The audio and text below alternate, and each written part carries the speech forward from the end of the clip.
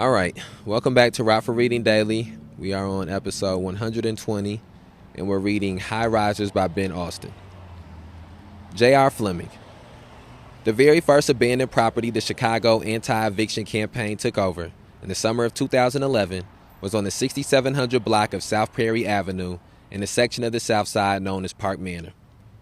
The name of the century-old community had come to seem almost ironic, like a running dog that people called Killer.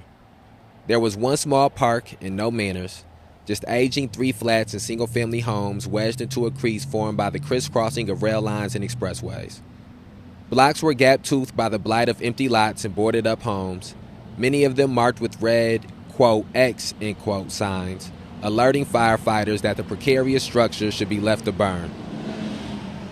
Dolores Wilson had lived on Prairie Avenue before coming to Cabrini Green in her 20s, and around the time J.R. was eyeing vacant properties there, a driver took her past her old home. As Dolores rode by the building, she kept silent, ashamed to claim it as her own. The front door was open, the windows smashed, their tattered curtains rippling in the wind. Most of the surrounding buildings and stores that she remembered were gone, replaced by tracts of weed and tall grass, befitting an actual prairie. A friend told J.R. about the red brick Victorian in Park Manor. Deutsche Bank had foreclosed it 2 years earlier, and the house's owner, for all her efforts, couldn't convince the bank to consider a mutually beneficial modification of her loan. She finally walked away from it, moving to Philadelphia. But her foreclosure ended up among 2,000 temporarily halted when lawyers working for the bank admitted to illegally altering documents. With the foreclosure in legal limbo, J.R. saw an opportunity. Quote, when the ownership is complicated, end quote, he announced with a playful grin, quote, then it's community property, end quote. What the anti-eviction campaign wanted to do was technically illegal, but J.R. liked to boast that he didn't concern himself with the law. The takeovers, quote, weren't legally right, but morally right, end quote, he'd proclaim. He'd offer up the example of the Underground Railroad, an audacious act of theft. He reminded people that until 1967, it was illegal in many U.S. states for black and white people to marry. Quote, we're challenging amoral laws by breaking them, end quote. One of the anti-eviction campaign's board members was a 34-year-old former Cabrini resident named Martha Biggs. She persuaded J.R. to move on the Prairie Avenue house. Quote, this is it, end quote, she told him. Quote, this is where we can make our statement about the human right to housing, end quote. Her interest in the home was also personal, since she hoped to live in it with her 4 children. Martha grew up in one of the white high-rises at Cabrini, one of 11 children. When she was 18, her mother died. At 20, and with her own apartment in the row houses, she was evicted for drug possession. Like many residents kicked out of Chicago's public housing at the time, she moved herself into one of the thousands of units the CHA had failed to refill once they became vacant. When she was put out of that Cabrini unit, she squatted in another one. The utilities were still in the name of the previous tenant, and after Martha landed a job at a hot dog factory, she got a tax return of $4,000 and offered to pay the entire bill due, a total of $2,000. But the CHA wouldn't take her money. The agency didn't put Martha out, but neither could she officially reside there. When her building was finally shuttered, she moved with her children to an apartment on the west side. Then one day a sheriff showed up to kick them out. The building had gone into foreclosure. Her 4 children were between the ages of 1 and 12. They slept on the couches or living room floors of family members. They stayed in homeless shelters, but at the shelters there were bugs and thefts and a feeling that people had quit trying. More often they huddled for the night in a parked minivan, Martha finding a way to keep her children neat and ready for school.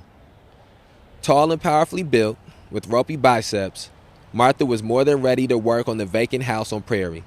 Scavengers had broken in and ripped out the pipes, toilets, radiators, ceiling fans, and cabinetry, and it wasn't like they did it carefully.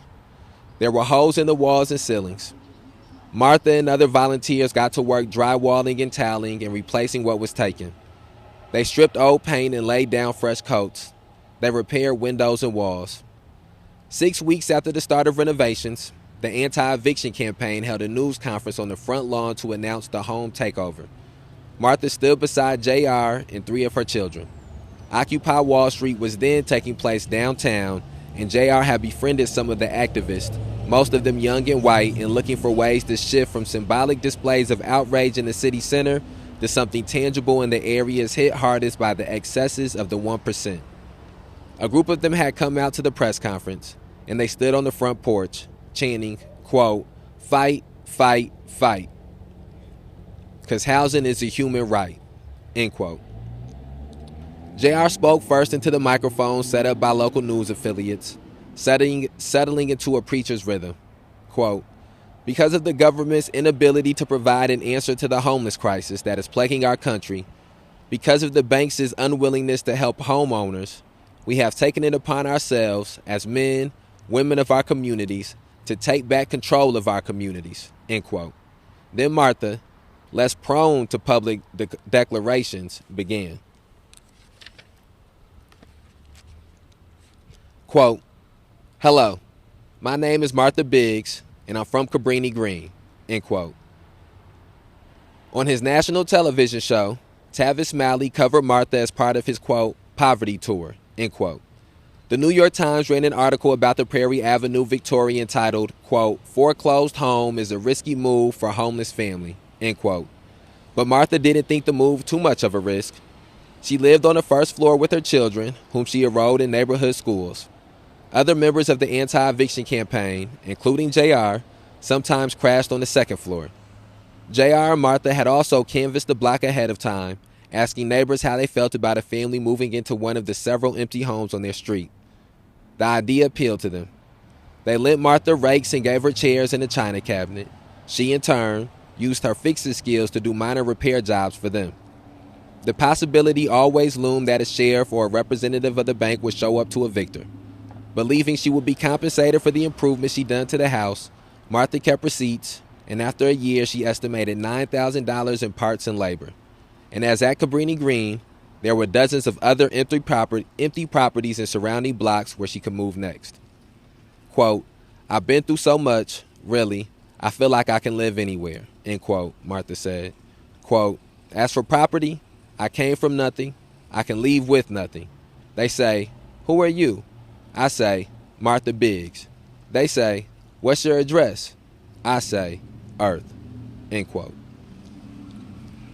JR happened to be sitting on Martha's stoop in the fall of 2012 when a man from the city's Department of Buildings rolled up to mark an empty house across the street for demolition. JR had been eyeing the property, researching its tax history and record of ownership, thinking the anti-eviction campaign could do something with that orange brick too flat. He jogged over to the city worker, shouting, quote, "That's not going to happen," end quote. JR told the man it was crazy that taxpayers were cleaning up the mess of corporate giants who'd gone unpunished for their misdeeds. The city has spent $14 million in 2012 tearing down 736 vacant buildings, including 270 abandoned homes that the police identified as shelters for gangs and other criminal activity, and Emanuel's administration had 1,400 more on its demolition list. JR talked about the violence in the city and the black flight that was emptying out neighborhoods like Park Manor. The South Side population plunged by another 50,000 people over a 5-year stretch. He said the city shouldn't demolish something that could be turned into an asset, a home. The city worker didn't disagree. With a long list of properties to visit that day, he decided to move on to the next one. JR broke into the house not long after that. On a weekday morning, he slid open a window off the front porch, then, unable to unstick the front door, kicked it open from the inside. Other members of the anti-eviction campaign were waiting for him outside, smoking cigarettes. Thomas Turner wore a bike helmet because at 6'4" he regularly smacked into low-hanging pipes or ceilings during these maneuvers. Thomas pulled a drill from a black duffel bag and began replacing the lock on the front door. Martha got started securing the rest of the house, screwing shut the heavy wood windows on the first floor. JR flipped light switches, trying to find out whether the electricity worked. When the ceiling fan began to twirl, he sang out, quote, "We've got power," end quote. By then, JR had entered hundreds of abandoned homes, each one a variation on the same theme of despair. He stumbled upon drugs and whatever paraphernalia people needed to use or make them. He saw the gathered sheets and worn down mattresses of trick houses, the carcasses of dogs and cats and rats and possums and raccoons. Walking around the 100-year-old house on Prairie now, he documented the state in which they found it, unconsciously filling every silence, belting out an off-key, quote, "If I had a hammer," end quote. He snapped, quote, "before," end quote, photos of a gaping hole in the ceiling, the kitchen, stripped bare of its appliances and cabinetry, a bathroom scavenged of everything but a seatless toilet, the plaster and studs blasted to pieces. Quote, "This is not even about selling stuff," end quote, J.R. Braid. Quote, "It's I'm going to break up a bunch of shit because I'm mad and I got to go," end quote. Windows were shattered or missing altogether. The flotsam and jetsam from capsized lives blanketed the floors. Old winter coats and pants, soiled grocery store bags, a crusted gallon jug of open pit barbecue sauce. Lying in the corner of the dining room was a water-stained, quote, "my first birthday," end quote, photograph of a boy in a grown-up Chicago Bears jersey and wool cap. On a low table in the living room rested a solitary Bible. Quote, "There's always a Bible," end quote, J.R. noted. And then, we're almost at the end of this chapter, so let's just finish this chapter out and then we'll do a reflection. Neighbors dropped by during the day. None of them could recall the house's last legitimate tenants. Martha had run off what she called, quote, "crackheads," end quote, who had pulled up in a U-Haul to strip the place, though she figured they later parked around back where she couldn't see them. The scavengers had pulled the tiles off the walls in the kitchen and bathrooms. A widower in his 60s who lived alone in a nearby apartment mentioned a shooting that had happened on the corner over the weekend. Quote, "I got it on video," end quote, JR said of the immediate aftermath. Quote, 8 shots to the back, end quote. He announced that he was leading an anti-violence rally later that week, and almost as soon as he said it, he leaped up from the porch and chased down 2 lanky teens passing by to invite them. The guys nodded with confusion as JR talked excitedly about how together they would reclaim the block. An hour into the Prairie Avenue takeover, Thomas Turner, refusing help, was still struggling to install the new lock on the front door. Quote, "Work smart, not hard," end quote, Martha scoffed as she lugged a window she'd found tossed in the closet. Thomas had rehabbed an abandoned single-family house a couple of blocks east, rebuilding the gutted bathrooms and kitchen. He bought used windows and doors or retrofitted what he found, often carting home large parts on his bicycle. There were 7 people living there now, including himself. Quote, "The homeless people love it," end quote, he said. Formerly homeless himself, formerly incarcerated, formerly addicted to drugs, Thomas has stumbled onto the Occupy Wall Street encampment after his most recent jail stint and joined the growing movement. Through the downtown demonstrators, he linked up with the anti-eviction campaign, though. JR had placed him on probation from the group earlier in the year. Thomas relapsed during the protest of the Chicago NATO Summit in May 2012. Activists crashing at his place invited him to share their drugs, and he'd accepted. But he was now clean and doing amazing work, JR said. Proof that the home takeovers not only provided desperately needed housing, but also put unemployed and underemployed people to work, training them in the building trades, all while beginning to stop the slide of a neighborhood. JR and Martha followed a maze of exposed wires from the kitchen down into the basement. No water tank down there, but no rats or roaches either. Someone had Jerry built a bed of flattened cardboard boxes in a clammy recess beneath the basement stairs. Surrounding it were carton after carton of Newport cigarettes. Imitating the hawkers who prowl street corners trying to make a few bucks, JR shouted, quote, "Loose squares," end quote. At some point over the last century, the house's second floor had been turned into a separate apartment. Its appliances were also gone. The bathroom, too, a demolition site. Thieves had hauled off a cast iron radiator and, judging from the cracked rails on the banister and the collapsed step, had realized its heft and simply rolled it down the stairs. But the 3 bedrooms were largely undamaged. The unit's thick wooden doors were adorned with what appeared to be their original glass handles. In the living room, the afternoon light poured in through floor-to-ceiling windows. The room contained a decorative fireplace and arched entranceways. The hardwood floor, still appearing relatively new after 100 years, glistened. Quote, "The downstairs always be whoop whoop and the upstairs always look nicer," end quote, JR said. Marveling at it all, He had a thought that often came to mind when he began to work on one of these abandoned homes. He remembered Michael Jordan winning those 6 championships during the 1990s, saying to Bob Costas in the post-game interviews, quote, "This one is special," end quote. That's what JR told himself as he bagged up the trash at Prairie Avenue home. This is the one. This one can make a difference. And that brings us to the end of chapter 17 and to our final chapter, which is entitled The Chicago Neighborhood of the Future. And I think one of the things that stands out to me from that last passage and from that whole chapter overall is the type of activism that they were putting into place around housing and the importance of all of these different issues that exist having activism put in place around them, and the importance of then linking those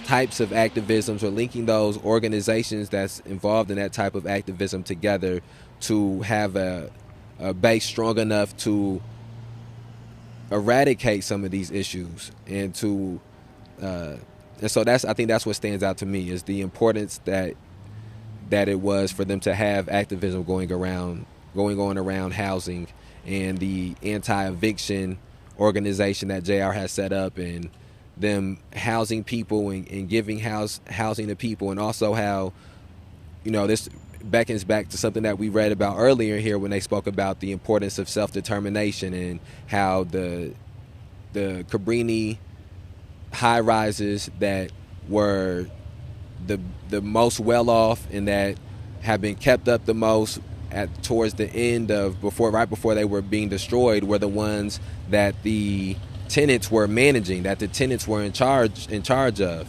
And again, throughout this book, we've seen the importance of it being avenues and opportunities for people in these situations to take control of their own destiny and to be able to feel empowered to not have to go to the same institutions that are exploiting them to try to get help. And so JR having this group, this organization where people were learning trades as they were engaging in activism because they were putting these houses back together. People were networking as they were engaging in this activism because they were involved with the Occupy group that was in Chicago. And it's an education that goes into these things too. The laws being spoken about. They were having press conferences and speaking to the media, and all of those things are just important in the overall in the bigger picture of putting together of struggling against police terrorism, mass incarceration, and racial injustice, because it takes that same understanding of why people need avenues for self-determination so that they can struggle against some of these things. Chapter 18, The Chicago Neighborhood of the Future. The Little Brick Chapel at the intersection of Claiborne and Larrabee was built in 1901, an outpost of the American Protestant Episcopal Church in the Industrial River community. In 1927, the near north side was mostly Italian, and St. Philip Benizi, the parish church led by Father Luigi Giambastani along Death Corner, bought the building and rededicated it the San Marcello Mission. Decades passed, and Cabrini Green's 23 tower rose up around the chapel, the public housing population soaring to 18,000, and the Italians long departed. In 1965, the St. Benizi Parish Church was demolished, but the San Marcello Mission, in the shadows of several white William Green high-rises, continued on, with only a few dozen parishioners and a sole Sunday Mass. The mission tried to serve the residents of the high-rises, offering job training and drug treatment. In 1972, a priest asked William Walker, the Chicago muralist, to paint the plain building. Walker covered the outside entrance with figures of different races, their giant circular faces overlapping like a Venn diagram and their hands joining in embrace. Bordering what was painted to look like a huge stained glass window, Walker included the words, quote, "Why were they crucified?" end quote, in the list of those suffering. Jesus, Gandhi, Dr. King, Anne Frank, Emmett Till, Kent State. He titled the mural, All of Mankind, Unity of the Human Race, and it reflected a hope for the closed quarter divisions of Cabrini Green, Lincoln Park, Old Town, and the Gold Coast. The Archdiocese of Chicago shut down the mission in 1974, and the building was taken over by the Northside Strangers Home Missionary Baptist Church. 4 decades later, the neighborhood had transformed again. The Cabrini Towers were no more, and the church sat in the backyard of the new multi-story Target. The heavily trafficked streets were repaved and bike-laned. Up the block, an REI and a Crate and Barrel superstore had opened up, an upscale movie theater and shopping center, an Apple store and businesses for body sculpting. Where the Ogden Avenue Bridge had stood, there was now a skydiving facility, people paying $69.95 for a few minutes in a wind tunnel to experience the sensation of freefall. In 2015, Northside Stranger put its prime parcel of land on the market, asking $1.7 million for the 5,200 square foot lot. In anticipation of a sale, the church was given a fresh coat of paint, the faded mural celebrating racial harmony whitewashed entirely. For years, developers referred to Cabrini Green as the, quote, hole in the donut, end quote, the one area in the thriving city center where builders dared not to go. No more. Quote, Cabrini Green is the Chicago neighborhood of the future, end quote, a realty company wrote. Circling the Cabrini land were new condos and luxury towers with outdoor pools and spas. Next to where Dantrell Davis had lived, on Oak Street, townhomes with floor-to-ceiling windows sold before completion. Boxy Parkside mid-rises now line both sides of Division Street. Cabrini Green tenants have filed a lawsuit with the city in 2013 to reopen the 440 shuttered row houses as public housing units. The suit was settled in 2015, 19 years after the first redevelopment plan for Cabrini Green was proposed. The row houses would almost certainly be demolished, but public housing residents would be mixed into whatever replaced the buildings, filling 40% of the units. There was a good deal of city-owned Cabrini property that had yet to be developed. Empty fields and concrete tracks still sat where many of the high-rises stood. Public housing units would also be sprinkled into the dense array of residential properties that was sure to come on the rest of the 70 acres. One near Northside developer argued that the name Cabrini Green no longer be uttered. Quote, it's north of Chicago Avenue, end quote, he insisted. Quote, no CA is what everyone should be calling it. The name is without the stigma of Cabrini Green. Quote, yet even Chicagoans drawn to a hot new housing market were loath to adopt a New York-style neogalism. The Tribune editorial page appealed to its readers in 2015 to come up with a name for the former Cabrini Green befitting local customs. Among the 100-plus submissions were Cooley Park, Go True Town, Gold Coast West, North Branch, Old Ogden, Severin, New Breeny, Montgomery, Brother Bill, and Seward Green. But by far the name suggested most was simply Cabrini. Quote, and why not the neighborhood after Mother Frances Cabrini? And why not name the neighborhood after Mother Frances Cabrini? End quote, the paper mused. Quote, when I go to church now, I can hardly recognize the neighborhood, end quote, Dolores Wilson said. Quote, condos, townhomes, wealth. It's not the same, end quote. Her church, Holy Family Lutheran, was still there, but struggling amid the changes. Newcomers to the neighborhood flocked to places like Park Community, a multi-story gospel-preaching non-denominational church built a couple of blocks away. Park Community was, quote, committed to being in the city for the city, end quote. But Dolores appreciated that Holy Family was there at all. Quote, people didn't believe it would stand this long, being Lutheran and in Cabrini too. But God is good all the time, end quote. She wrote in a letter to the editors of several local newspapers on the church's 50th anniversary. With the motto, quote, many voices, one near north, end quote, the Near North Unity Program was a new institution in the neighborhood that was also committed to the past.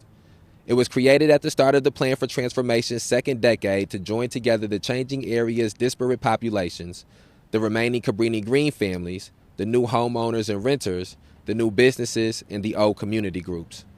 Abu Ansari came over from his Parkside apartment for a time and led the meetings. Quote, "To assuage my guilt," end quote, he said. Kelvin Cannon sometimes attended, standing in the back. So did Carol Steele, one of Marion Stamps' daughters, and Brother Jim. The group's success in drawing out the neighborhood's different, quote, stakeholders, end quote, was evident in the ways their many voices often clashed. During one monthly meeting, white property owners peppered the area's police commander with questions about the open-air drug sales they witnessed on Larrabee Street, not far from their condo building. They couldn't believe that in a revived community, on the very same block as the new police headquarters, dealers could set up shop outside a corner store, with buyers loitering there all hours of the day. Quote, "A Cabrini Green problem," end quote, was being allowed to return, and they demanded that a cruiser be stationed at the intersection. Finally, a man who grew up in one of the Reds broke the protocol of raised hands and no interruptions. Quote, "It's Lucy's," end quote, he shouted. Quote, "They're selling cigarettes on the corner, not drugs," end quote. It didn't make sense for someone buying drugs to linger. Quote, "You live in Cabrini Green now," end quote, he said. Quote, "in the good end," end quote. The Near North Unity program led race and culture workshops for its members, and it evolved into one of the chief arbiters of the community's needs. The group set up a pen pal program among the 5th graders in the 8 area schools, spread news of job openings and internships, organized hunger walks, and ran back-to-school fairs and neighborhood cleanups. It inaugurated a series of summer jazz and neighborhood cleanup. It inaugurated a series of summer jazz concerts in the redesigned Sewer Park. Anything to create, quote, "positive loitering," end quote, and, quote, a new vision on division," end quote, its leader said. It became such a presence that developers now sought the group's support on proposed condo towers and revised plans for the Cabrini row houses. Jesse White brought architects out to a monthly gathering to talk about the designs for his new Jesse White Community Center, the 30,000 square foot facility built at a cost of $13 million on Chicago Avenue.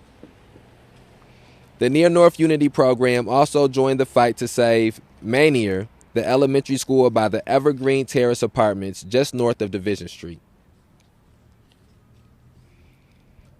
Like the other 54 schools that Mayor Emanuel's administration said would be closed in 2013, Manier was under-enrolled, and the minority students who did attend underperformed by most measures. Jenner, south of Division, once the most crowded school in all of Chicago, had been rebuilt as part of the plan for transformation, and the state-of-the-art building could seat as many as 1,000 students.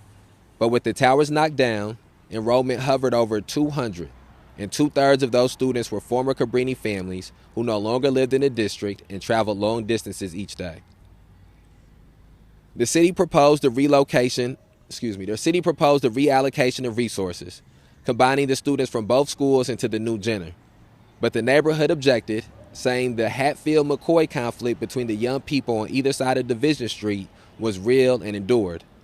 A group of Jenner girls responded to news of the possible merge by beating up a Manier middle schooler. A Jenner boy posted a, quote, hit list, end quote, on Facebook, implying that the 9 Manier students he'd identified would be shot. J.R. Fleming spoke at one of several public meetings to protest Manier's closing, asking Mayor Emanuel if, in Israel, he would be willing to send his children to a Palestinian school. He distributed copies of the United Nations Convention on the Rights of the Child, indicating that the city council was a signatory. Quote, "I would rather kill the budget than kill a child," end quote, JR said. The mayor's office relented. Manier could stay open. It was one of only a handful of the condemned schools to win a reprieve. In 2015, the Near North Unity program turned its attention to Jenner and its ongoing underuse. The group suggested a merge not with another Cabrini area school, but with an elementary school less than a mile east in one of the city's wealthiest districts. Ogden International suffered from the opposite problem as Jenner. The Gold Coast area surrounding Ogden had exploded with new residential development in recent years, causing drastic overloading at the school. If Jenner and Ogden were combined, kindergarten through 4th grades could be housed at one campus and 5th through 8th at another. Not a single white family who'd moved to the Cabrini neighborhood had enrolled a child in all-black Jenner. But for those with infants or children to be, the possibility that one of the best schools in the city would, in effect, come to them was a kind of inner city dream. Ogden parents who showed up at meetings to support the consolidation said they'd read the literature on school integration, and it revealed that higher performing, wealthier students didn't suffer academically in these mergers. They praised Jenner's new principal, Robert Croston, a young alum of Harvard University's School Leadership Program. At Jenner, he'd initiated a campaign to improve daily attendance. He started a career day and family math nights. He was trying to reinforce a culture of success at the school by dubbing it the NEST, an acronym drawn from a school credo. Quote, I am neighborly, I stay engaged, I am a scholar, I use teamwork, end quote. And a great many people from both schools talked also of the social justice aspect of the merge. Nearly a century earlier, Harvey Zorbo had written in The Gold Coast and the Slum of these polar opposite communities that were only blocks apart. Quote, all the phenomena characteristic of the city are clearly segregated and appear in exaggerated form, end quote. Here, at last, was a chance to join together the extreme contrast of the area to level this imbalance. At a meeting to discuss a consolidation that would begin no sooner than September 2018, an Ogden parent said, quote, we've forgotten about taking care of other people's children, end quote.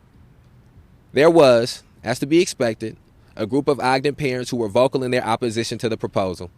They worried about practical hurdles, like transportation between the two campuses, but they also felt that the Cabrini Green neighborhood had changed, just not enough.